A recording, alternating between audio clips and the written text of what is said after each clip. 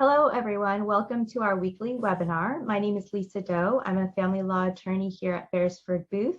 Joining me today is real estate broker Genevieve Jones with John L. Scott. Today, we'll be sharing what you need to know when selling a family home in a divorce.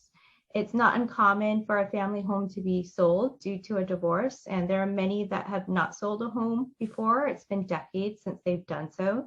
And so Genevieve's going to go through the nuts and bolts of doing such a sale, and we'll be discussing how a divorce may impact that process. So Genevieve, thanks for joining us today. And can you tell us a little bit about yourself? Yes, thank you for having me, Lisa. Yeah, I am a real estate broker with John L. Scott. I have lived on the east side in Kirkland for almost 25 years. So the east side is my specialty, but I also work all of King County and Snohomish County as well, licensed in the state of Washington. I like to tell my clients that I'm an expert listener. So I am here to help you with your real estate goals and your future and what you want to accomplish. I also love communication, so I'm kind of an over communicator. So I want my clients to know that they can contact me with any question at any time so that I can help them manage their real estate transactions best. So just some background information. Common scenarios where the family home needs to be sold because of a divorce include the home is too expensive for either spouse to afford the mortgage payment alone. Neither spouse can buy out the other spouse's share of equity, or they can't qualify to remove the other spouse from the mortgage. The home is too big, requires too much upkeep for a single spouse, and neither spouse wants to continue living there. So Genevieve, let's get started and let's go through the practicalities of selling a family home. So a divorcing couple agrees to sell their home, or the court orders a sale. What's the first step thereafter? Yes, the first step is finding a real estate agent that you both agree to work with, and then sitting down with them and talking about how would you like to get the home market ready. So are we talking improvements, repairs, replacements, or updates? So from the divorce standpoint, if the parties can't agree on a real estate agent that they want to use, that's something the court will decide on, or they can agree to appoint an arbitrator to make that decision for them. But I have seen generally most divorcing couples, they can agree on who to use to act as their real estate agent.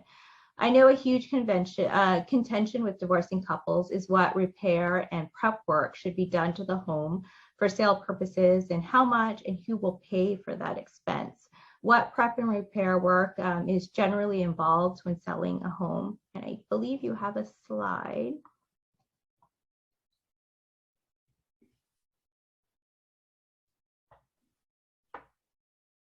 Right.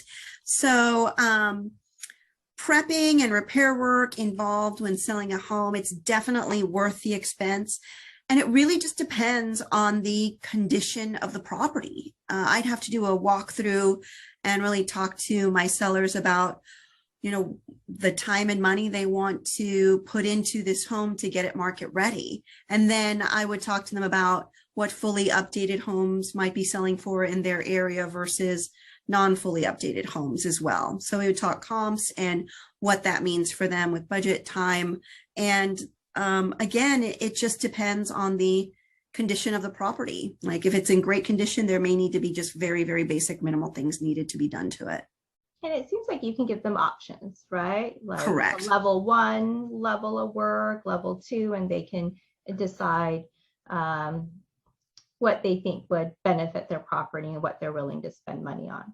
Yes, and what works with their timeline and just their goals. So from the divorce context, same thing with choosing a real estate agent, right? If the parties can agree on what work needs to be done prior to listing, great. If they can't, that's something the court can decide, or they can agree to appoint an arbitrator to make that decision. So moving on to staging, is that something important, needs to be done? Is that something you can assist couples with? Do they need to hire someone? And I'm thinking in terms of a divorce context, there's situations where a spouse has already moved out of the family home. They've taken half the furniture or they've emptied out a room or two, right? So what are options there in terms of staging? And I believe you have a slide. So let me. Yes. There you So, go. right. So staging is very much worth it. I do talk to people if somebody is still living there, then we can just accessorize if that's even necessary. If some rooms are empty, like you mentioned before, due to all kinds of circumstances, then we can talk about partial staging and just certain rooms in certain areas. And those can be kind of the highlight of the photography that we do and marketing for their home as well. So there are different options, kind of like you said before, we were talking about levels of staging if it's necessary. And also there's an option if staging is something they just don't want done for whatever reason they feel is right, it's not right for them, then I am able to have photographs done of the empty rooms and then get virtual staging. So so that it does give buyers who are searching their properties just an idea of what can be done with the space, and it still looks beautiful. It's just another way to help people kind of use their imaginations on what this might look like for them, if this is the right home for them, and just the opportunities with decor. So that's another option I like to present if the home is going to be empty or vacant rather. So yeah, that's an option you recently kind of educated me about. So I think that would be great for my clients where they're in a situation where staging is not an option, right? And so they can do this virtual staging. So timing of a sale can oftentimes be critical in a divorce case. What's the average time to prepare a home to list? And again, that kind of goes back to the condition of the home. So it depends on the house and what they want to do to it. So if they're doing a complete remodel, that could take months if they wanted to do that. If not, then it's usually a few weeks, 1 to 3 weeks to get it kind of up and running and ready to go without any major remodels or updates. And that's something I usually kind of prepare my clients, like they let me know what needs to be done. And then I help them with recommendations on finding professionals to help them with the repairs and or updates. And then we find out timelines from these professionals and we work from there as far as getting everything list ready for them. But you do make the recommendations for them in terms of I do. What work they should do. I do. I help them. And again, it's all about data with comps, like what homes that are, comparable to their home that is fully updated with a brand new kitchen may sell, for example, versus one that is not. So do you recommend that sellers remain living in the home while it's listed on the market for sale, or do you recommend they move out? And I'm thinking in the context of a divorcing couple has young children and they may not be able to maintain the home for showings. Right. So they definitely don't need to move out. Usually sellers are not present during showing hours. So usually a home, say, will go on the market Wednesday or Thursday, and then there will be a review day of Monday or Tuesday. So that weekend is key to get as many showings and to just maximize the showings and or open houses if they are comfortable with that, so that they can get just the most exposure for the listing and they can get the best possible outcome. So all that would really need is for the home to be vacant during certain hours that they're comfortable with. The more the better, so that we can get in private showings and or an open house. Okay, so it doesn't seem like it's absolutely necessary for them to move out. Not at all. It's being listed. Okay. Correct. Yeah. So what kind of I know you're very good at marketing. That's one of your strengths. So what kind of marketing efforts are involved when selling residential property? Well, I feel, and I say this to all of my clients, it's very important. It's always been important. And much more now with the pandemic. A property's virtual appeal is just as important as its curbside appeal. So we want those photographs, that professional photography, to just be beautiful and just really stand out in the market. So I always hire a professional photographer. I'll also have online marketing as well for them. So their home will be on every major platform like MLS, Zillow. I will also do my own social media marketing on platforms as Facebook and Instagram. I have a presence there for my company. And then, of course, print marketing. We're going to want the whole neighborhood to know their home is just listed postcards, print flyers outside of the home and inside of the home. That's something I just really like putting out there to as many platforms as possible. I'm curious to know with COVID, what are showings like now? Are they less frequent? Is it showing at the same rate as pre-COVID? And how do showings impact a family schedule? You did touch a little bit on that as well already. Right. Showings are still very strong. So it's a seller's market. So inventory is low. There are more buyers than there are homes out there. So the private showings are pretty strong. If anything, open houses during COVID, it's just something that a seller can decide whether or not they're comfortable with, especially if they're still living in the home. So that's really the only thing that's been impacted a little bit right now with COVID, but showings and interest in homes are still very strong. Right. I think you said, you told me previously, just open houses have been reduced. Yeah. Is that right? Yeah, sometimes there can be a hesitation, and it's all about the seller's comfort level with that. Mm-hmm. So are you still conducting open houses? We are. There are still open houses are still happening. And it's the seller's decision on whether or not they're comfortable with, large groups of people coming through their home, especially if they're still living in the home. So in the context of when divorcing spouses may not agree on a listing price or what offer to accept, will you as the agent broker make recommendations, or how do you assist in that process? Absolutely. I go back to data. So I like to help people, take the emotion out of this decision and just show them data. So a listing price, I can show them properties that are comparable to theirs, and are they updated? Are they not updated?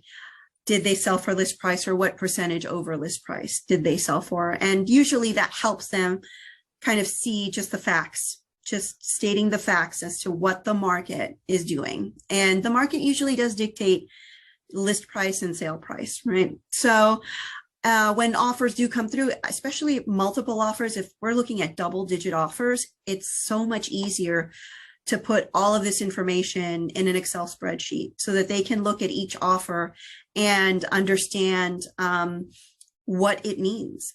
Each contract is offering different things. So contingencies, or is it a conventional loan? And they basically look at a checklist so that they understand every offer, and then they can make a decision based on that Excel spreadsheet and a decision that they're happy with.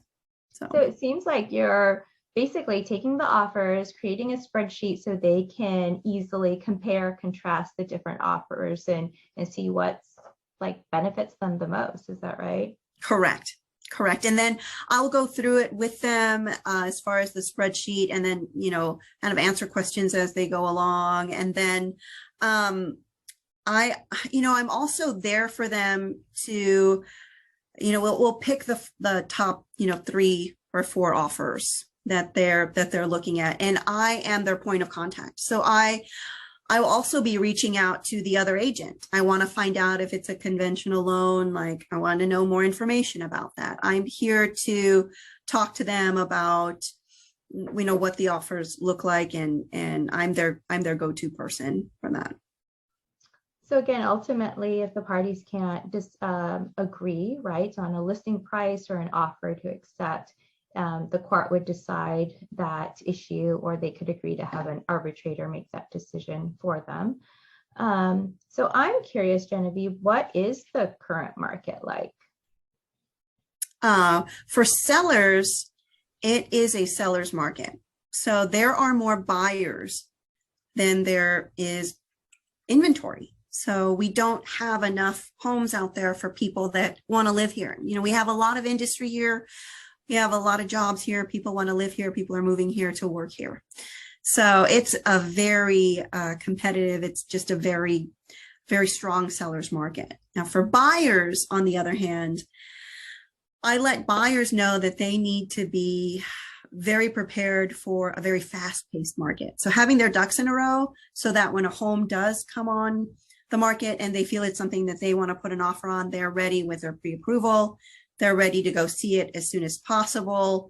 Like, you know, it's a very competitive, fast-paced market. But again, if a person is selling their home, they're in a good spot. It's a strong seller's market, and it's going to stay that way, is my prediction, for a very long time, because we have the jobs, we have the industry here. And I mean, it's beautiful here, right? That I can agree with. So does that translate into closing time? So houses are selling fast, right? But is closing time pretty quick as well? You know, it depends on the offer. Usually the average closing time is around 30 days. That's just an average closing time. It can vary from offer to offer, but I usually prepare people for an average of 30 days. Okay. And what scenarios would lengthen the closing time or shorten the closing time? So sometimes if there's a cash offer, it can be a shorter closing time because there's less involved with a cash offer. Lengthening the closing time, it can vary from situation to situation. It really depends on what situation the buyer is in, as far as like why would it need to be more than the average 30 days? And that's something that I, as the agent, you know, could find out from my sellers to give them a really clear understanding of what that would mean. So sometimes a spouse needs more time to arrange for their new housing. Are there options to allow them to stay in the family home, even though the sale has closed until a specific date? Correct. So there are options. So if the seller wants to stay in the home for, say, for example, just for easy numbers, 30 days after closing, that would be called a rent back period. So I'm seeing less and less of that right now, because once the home is sold and the new buyer takes ownership, if the seller stays in the home, the buyer is now a landlord. And there are tenant landlord laws for rent back that do apply. So Genevieve, it was lovely to chat with you as always. I know that you take really good care of your clients. What would you say? I know it can be an overwhelming process for any sellers, but particularly so with those that are also going through a divorce, right? Where it may be necessary for them to sell their family home, and perhaps quickly, right? yes. Any words of wisdom in terms of how to, you know, not feel so overwhelmed with that process? You know, I would say lean on your agent. I'm there. I like to know that I am there for my my clients, and I'm answering questions, which lessens anxiety. I am very responsive to them as well, so that they know that they can reach me, and I will get back to them very quickly. That also, I think, helps them, you know, manage any kind of overwhelm and emotion. And again, all about the facts. You know, we're talking data. We're looking at spreadsheets, and I feel like that's just easier for everybody to really, you know, wrap their brain around as well. So. Yeah. So I think the key thing is to find an agent or broker you can trust, right? But and talk to. Yes. And that they can also act as sort of a medium between you and your spouse, right? In terms of to be able to resolve any conflicts, hopefully, to Right. avoid the litigation, to be able to sell the home in a timely manner that will benefit both parties, hopefully, in the end. So I so appreciate you sharing all your knowledge today, Genevieve. And then I want to thank everyone for joining us this week, and hopefully you found this information useful. Thank you, Lisa.